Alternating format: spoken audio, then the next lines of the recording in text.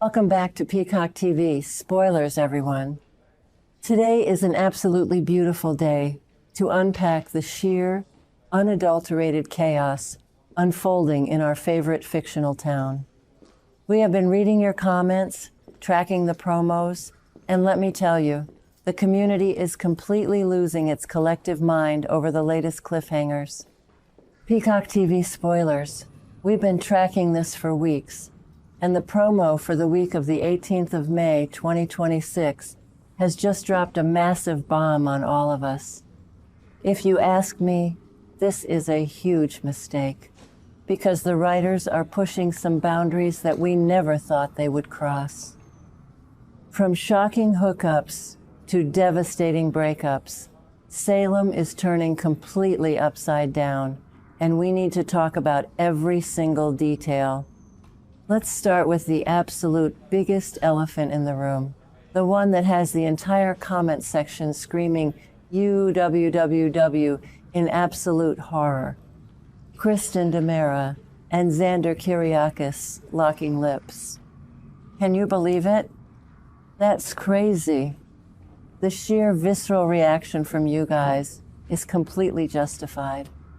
Kristen is currently ambushing Xander Kyriakis at the Salem Inn, offering him a deadly payday to finish Sophia Choi's failed mission of murdering Johnny DiMera. And somehow, this treacherous, blood-soaked business transaction turns into a physical hookup. Let's be real for a second. This reminds me of what Stefano DiMera did back in the day, manipulating vulnerable people into doing his dirty work by using every psychological tool in his arsenal, including seduction. Kristen is carrying on her father's dark legacy with terrifying precision. She is cold, calculated, and deeply psychotic. But Xander Kyriakis? He has spent years trying to redeem himself from being Victor Kyriakis's ruthless hitman. He was supposed to be on the straight and narrow for Sarah Horton.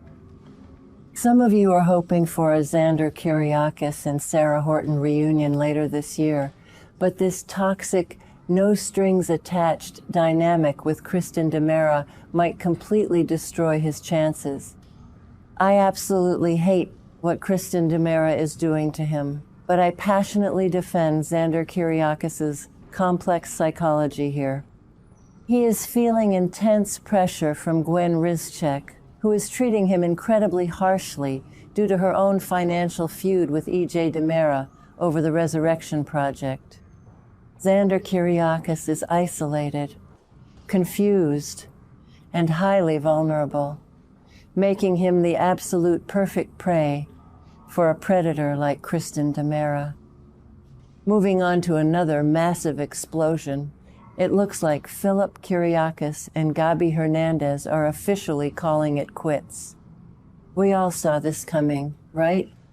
Gabi Hernandez has been intensely paranoid, refusing to leave Ariana alone regarding Liam, despite Philip Kyriakis explicitly warning her that her overbearing, manipulative parenting tactics would backfire spectacularly. And now, the comment section is buzzing with theories that Philip Kyriakis finally found out about Gabi Hernandez planting a bug in his office. Gabi Hernandez is always messing something up.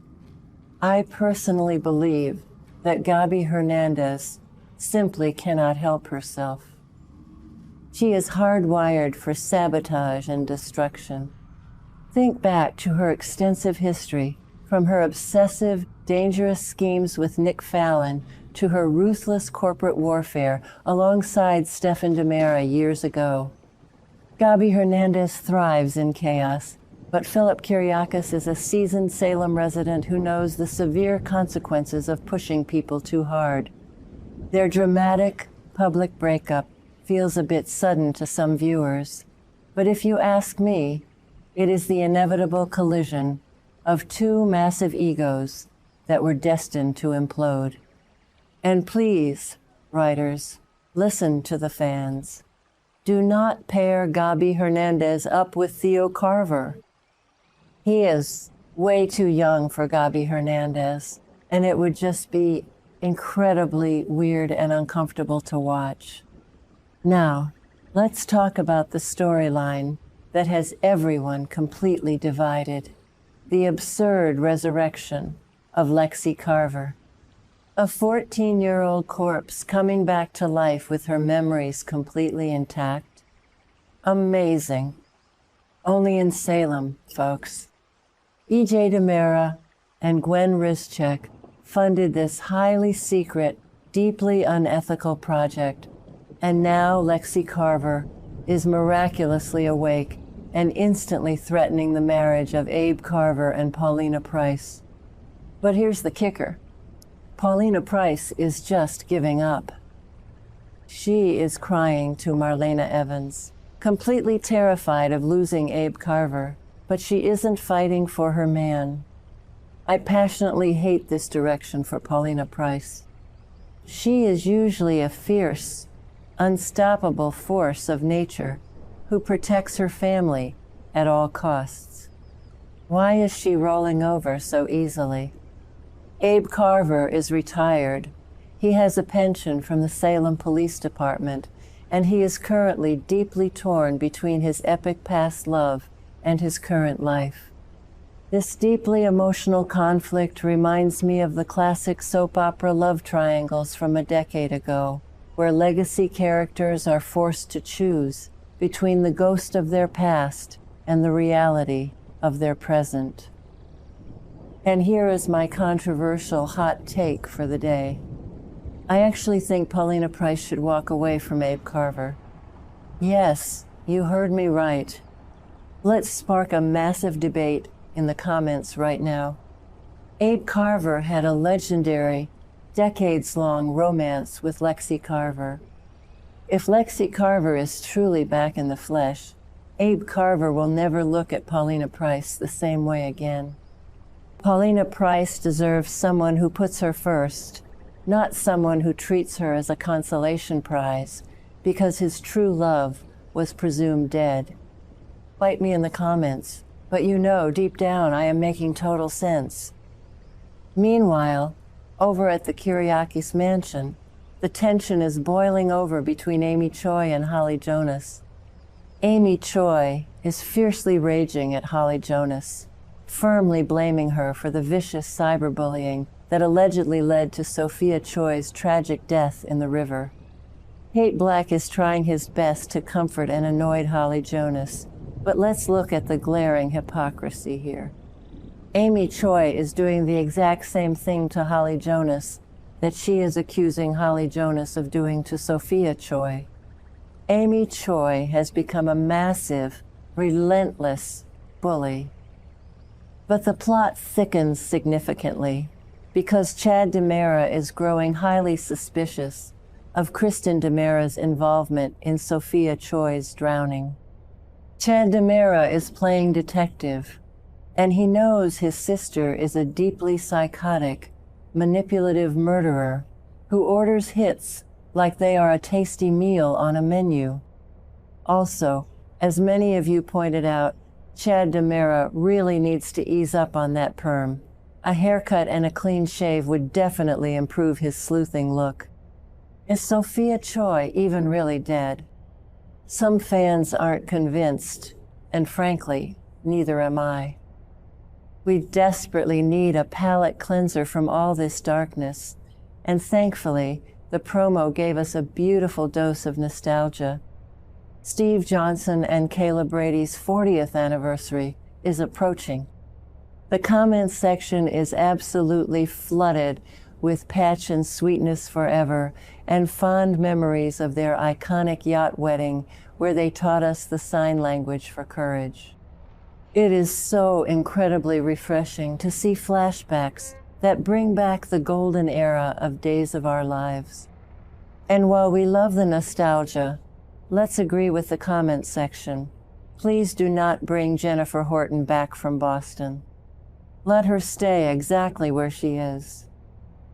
Steve Johnson is currently busy paying surprise visits to Alex Kyriakis, sternly warning him not to break Stephanie Kyriakis' heart over the incredibly messy baby Kelsey Kyriakis drama with Joy Wesley. Steve Johnson is always the fiercely protective father, but seeing him step back to celebrate 4 decades of epic romance with Kayla Brady is exactly what this show needs right now to balance out the DiMera darkness. So, what happens next based on the show's internal logic? Here is our predictive lore for the coming weeks. I strongly theorize that Xander Kyriakis is going to play Kristen DiMera like a fiddle. He will pretend to accept her deadly offer to murder Johnny DiMera, but it is all a massive, elaborate double cross. Xander Kyriakis will secretly work alongside Chad DiMera to expose Kristen DiMera's role in Sophia Choi's death, proving once and for all to Sarah Horton that he is finally the redeemed man she deserves. And as for E.J. DiMera, his obsessive, relentless push to hypnotize Kat Green to uncover her ISA secrets in Italy is going to blow up in his face, completely destroying his leverage over Gwen Rischek and leaving him incredibly vulnerable. What do you guys think?